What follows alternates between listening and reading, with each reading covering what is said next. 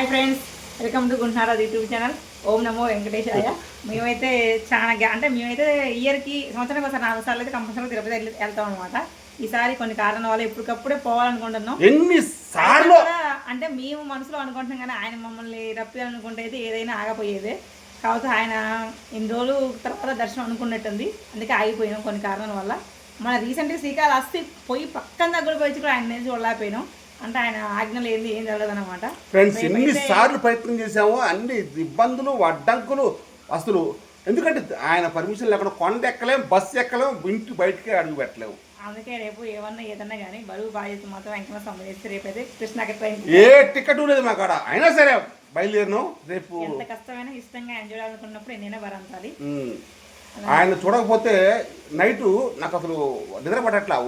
కళ్ళల్లోకి ఆయన మొత్తం వీడియో అమ్మో ఓం నమో వెంకటేష్ అంటే అమ్మో చెప్పలేమను. దయచేసి రేపు వెళ్తున్నాం, అందరూ కూడా దీవించండి, బ్లెస్ మీ హ్యాపీ జర్నీ అని కామెంట్ చేయండి. ఓం నమో వెంకటేశాయ.